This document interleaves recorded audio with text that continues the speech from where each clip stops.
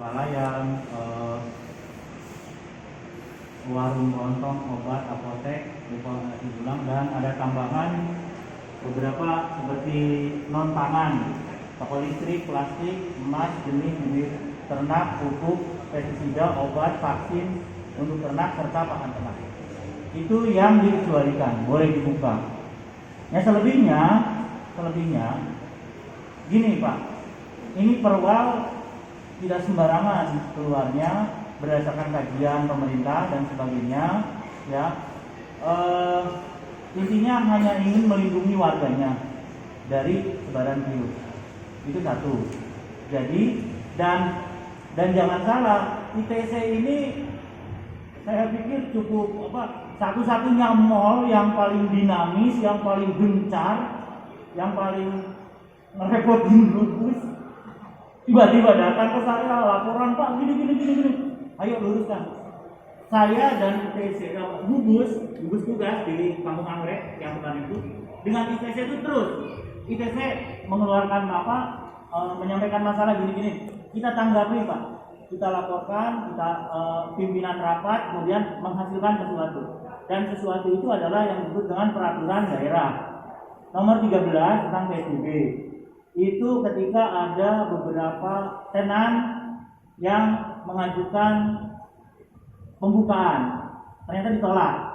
Dan kemudian penolakan itu diiringi dengan beberapa tenan lagi mengusulkan, dan akhirnya diizinkan. Karena apa? Karena sudah ada aturannya di sini di perwal perubahan. Ada beberapa tenan yang boleh dibuka. Itu Pak. Jadi yang saya tangkap pertama, ITC itu bertanggung jawab, merasa bertanggung jawab kepada lingkungannya, kepada warganya, kepada tenan yang ada di sini untuk menjaga dari COVID. Itu satu. Makanya ketika verifikasi kemarin hari Kamis cuma 2 persoalan. Rapid test bapak-bapak dan ibu, kemudian jalur yang belum ada. Itu doang. Yang lain saya ambil contoh, barusan saya dari Lotte ada 6 item yang kurang.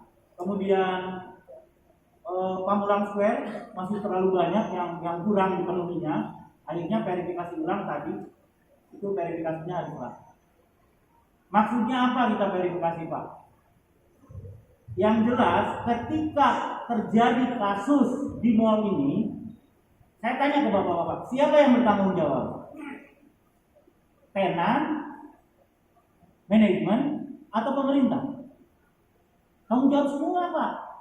Makanya pemerintah bikin aturan bahwa untuk sementara waktu, ya, peningkatan kasus masih terjadi, maka aktivitas manusia di mall itu dikurangi dulu sampai 50%. Ya. Jadi nggak ada masalah pilih kasih atau nggak ada. Nah, ada beberapa penelitian, ya, hasil penelitian, hasil kajian, itu barang-barang yang sangat memungkinkan terjadinya transfer virus. Di antaranya, contoh ini mohon maaf, contoh barang-barang yang sering dipegang orang. Apa kalau milih barang sering dipegang orang? Emas Pak. Ya? Emas. Enggak, yang sering dilihat-lihat gitu. Emas Pak, emas Pak. Emas. Oh, emas. Iya, cuma dipegang, dicobain taruh lagi, pegang, cobain taruh lagi Pak. Yang kita bicara di luar yang ini Pak, yang di perwal. Yang nggak boleh. Kok bisa nggak boleh? Apa itu Pak? Selain emas, emas nggak ada di perwal, ngapain dibahas lagi? Baju, kenapa baju? Baju itu Pak, itu sangat memudahkan transfer virus. Kenapa? Logam apa ini? Pak, saya boleh apa-apa. Bapak kan dari gugus COVID, betul Pak? Bapak udah tahu tuh, virus droplet itu bertahan hidup lebih lama di atas logam atau di atas kain? Saya cek ya Pak, sorry Pak ya, saya cek ini ya, saya udah googling ya, penelitian. Ini ada Bapak bisa begini. Di atas logam bertahan hidup berjam-jam. Untuk Sebelumnya sudah ada penelitian menemukan bahwa virus dapat bertahan di permukaan hingga 72 jam, namun studi ini tidak termasuk pada kain. Sejauh ini, bukti menunjukkan bahwa lebih sulit untuk memerangkap virus di permukaan lunak seperti kain daripada di permukaan yang keras. Jadi pertanyaan saya gini, perwal ini itu mau mengurangi spreading virus atau ada faktor lain? Jelas-jelas di sini dikatakan belum ditemukan di permukaan lunak itu bisa hidup, Pak. Lebih lama di logam. Emas itu logam mulia, Pak. Bahkan ketika orang beli dia masuk dalam plastik. Itu juga beberapa jam gitu, Pak. Jadi pertimbangan perwal itu apa? Kita kembali ke fashion belum boleh, Pak. Jakarta, Tanah Abangnya juga boleh buka, Pak.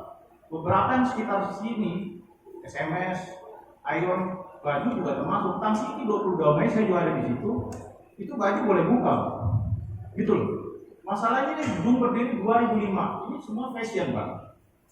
Mereka butuh makan, kita juga butuh makan. Kita bertahan 2 bulan, lockdown, nggak ada pemasukan, tagihan kita banyak, kita nggak pernah curhat ke Pemda, nggak pernah curhat ke Pemkot. Kami nanggung sendiri. Sekarang dalam keadaan seperti ini, kami disuruh bertahan berapa lama tanpa kepastian. Gitu loh. Kalau mau bicara COVID, kembali lagi di sini jelas di kain itu bertahan hidup nggak bisa, Pak. Makanya saya bilang itu orang COVID itu benar-benar untuk COVID. Apa ada faktor lain? Kita semua sekolah ya. Kebutuhan primer itu apa, Pak? Sandang, pangan, papan. Emas di urutan berapa, Pak? Itu mau dimasukkan kemana emas itu sandang?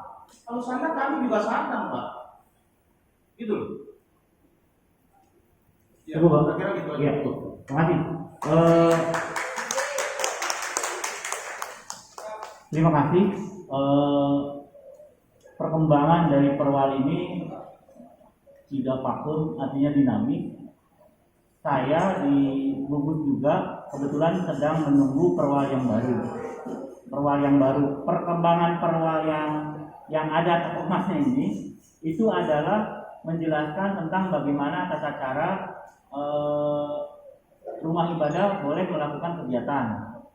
Bukan pemerintah tidak menutup, tapi protokol kesehatan untuk rumah ibadah seperti ini.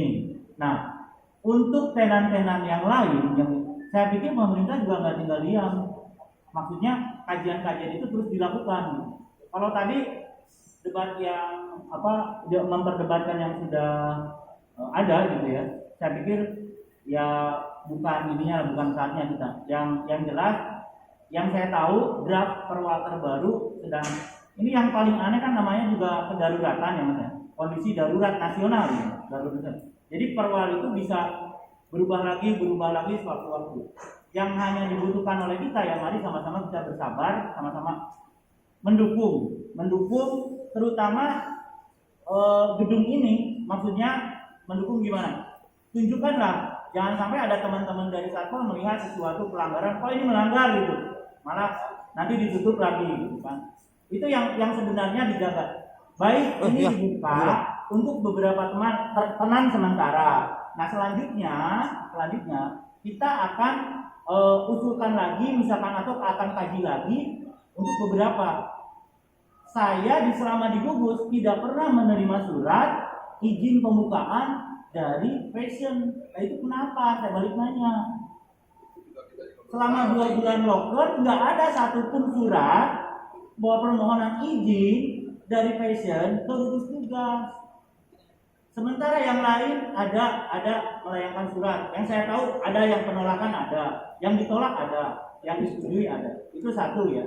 Tapi itu apalah artinya perdebatan itu ya.